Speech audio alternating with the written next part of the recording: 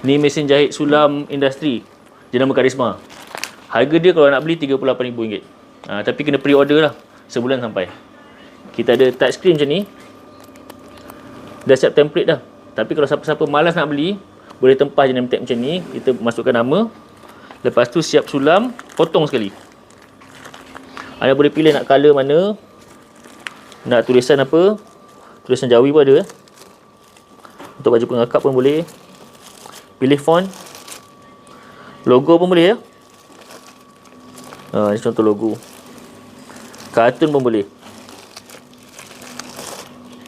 Siapa-siapa yang minat nak tempah sulam atau nak beli mesin sulam macam ni, datanglah ke Karisma Store, Bandar Baru Bangi.